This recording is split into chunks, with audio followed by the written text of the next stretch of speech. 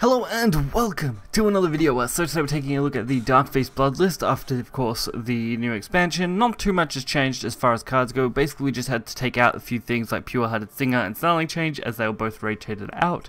And in place of those, we've added Apostle of Lust. It's actually a half-decent card to use for this. And of course, we also threw in a Disciple of Lust. So Apostle and Disciple took over those couple of slots, which is why we've only got 2 Apostle and 3 Disciple. Disciple's a great early game card, and of course Apostle's your main draw engine outside of course Blood Pact and of course Alexandrite Demon. Overall, I found this deck still does extremely well and competes well against Dragon and Rune, which are currently probably 2 of the top decks right up there as far as it goes at the moment. So we're going to get right into this and take a look. So we're first up against Rune. It's a fairly simple matchup. Basically, you just need to Darkfeast that before they can drop End Sorcery, which isn't that hard.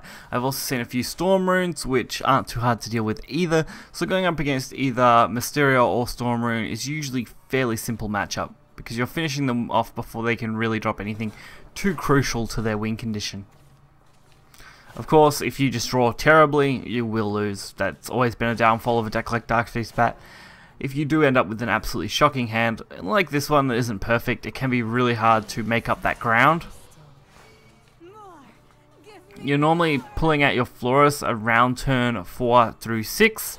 Tends to be the most optimal time to play it. Occasionally on 3 it can be an amazing swing, but usually they'll be removed pretty quickly and you've wasted most of the rest of your turn putting things down. So I really noticed that once you get into that evolve stage, it's much better.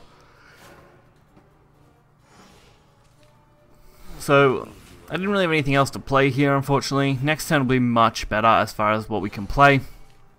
But this turn, a single Florus was going to be fine. I was hoping they would use Light Mage into the trade here, which is pretty much what they go for. Getting basically a free Evo kill is going to be fairly decent, even if it does mean we take a little bit of damage now. And I decided to send the rest of the damage to the face, as we are going to get our Florus out of our deck and go for the Evo. This is why I run 3 of them, because the amount of times that I've drawn 2 and ended up having only none left in our deck is pretty bad. Like, that happens a lot to me. So running 3 is usually what I like optimally. So I always usually have at least 1 minimum to be able to pull. Mysterian Dragoon. Much better. And getting that 5 health is definitely going to help us out.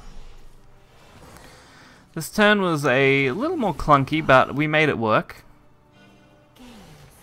Going for Alexandrite Demon and the Darkfeast Bat already in hand, meaning Florus could pretty easily clean this up, set up even more healing, and then pretty much take the game from here. This is why this deck can still do quite well. There is the Mysterian right. The only problem is those wards a lot of the time. Still pretty short as far as self-damage goes, so I try and play out whatever I kind of can at this point to both get self-damage and develop our board, as our Darkfeast Bat at this point in the game, only being at 6, is nowhere near high enough to make a real difference. But at least the Wind Blast there and the ways they went for clear weren't absolute nightmares for me. And with this extra strike taking us to 7, our Valkyrie actually gets playable, and we're going to be able to wipe this board out this turn. Along with set up another extra bit of self-damage to bring them into lethal range, as close as we can get them at this point. So there's Wind Blast and a Truce Adjudication. They did only heal 1, which is fairly good for us. Now, Darkfeast Bat probably isn't quite there, but I mean, 1 more turn of this and we should be up and over what we need. We just have to be a little careful, and getting that Omen of Lust there was perfect. I couldn't have asked for more of a lucky draw, I guess. So I did decide to throw all my Disciples to the board, just in case we might need 1 extra damage. And it also helps us get a little bit of extra damage to our opponent if they kill them, so it wasn't going to hurt playing those out. Although if they had just ended turn, I guess it would have been a little bit of trouble, but we probably could have got around that, so not a bad situation. Now, next up we are going up against Dragon. Dragon, of course, being what's considered top meta right now, as of making this video at least. I don't see it shaping up too differently in the like week or so before this video really goes out. I mean, not quite a week ahead at this point. But Blood's a lot of fun to play. I still enjoy it, and it did really well finishing off those challenges I had. So we have got Servant of Lust, Restless Parish, another Servant of Lust, and a Razor Claw, along now with Blood Pact, which honestly wasn't a bad option just to draw there. So we can actually go for our Florus on turn 4 really quite easily. Maybe even easier if we just play one Disciple, we might get to hold on to a Servant of Lust.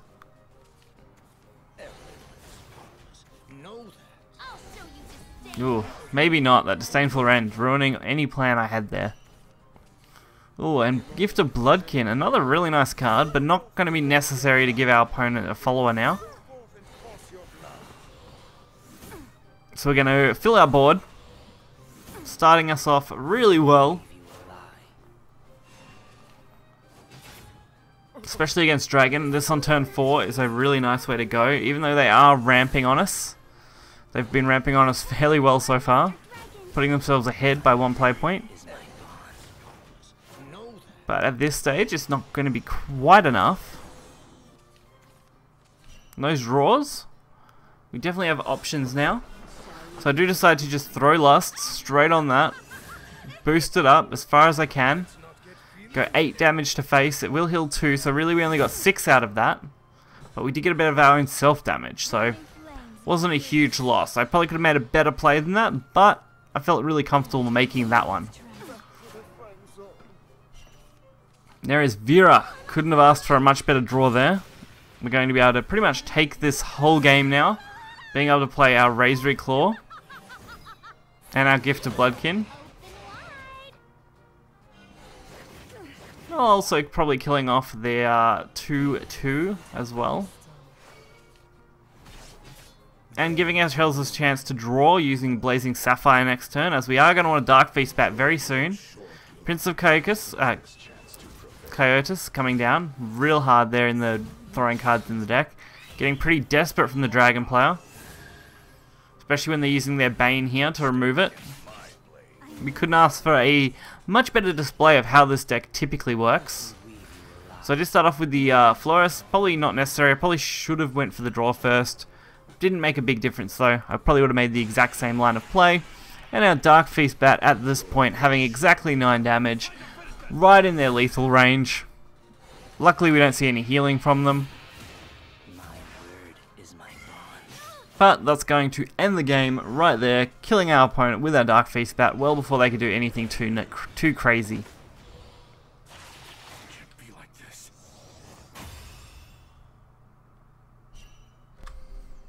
So Blood definitely proving itself to be still pretty competent in the meta and seems to be more of an anti-meta deck against the current 2 top decks. I have seen a lot of Forest doing a very similar job. Forest does however struggle a little bit in the Rune matchup, and of course Dragons have started teching in some kind of support against Forest in particular to really stop them from doing anything too crazy. So this deck doesn't suffer as bad from that same support. Board clears don't tend to affect this deck anywhere near as much as it does against, of course, Forest. So honestly, I'd find that probably Blood is a better option on taking on taking on Dragon at the moment compared to, say, Forest, which is not a bad thing. So hopefully you guys did enjoy this video. Hit the like button and subscribe. You'll find the deck list in the description below. Until next time, see ya.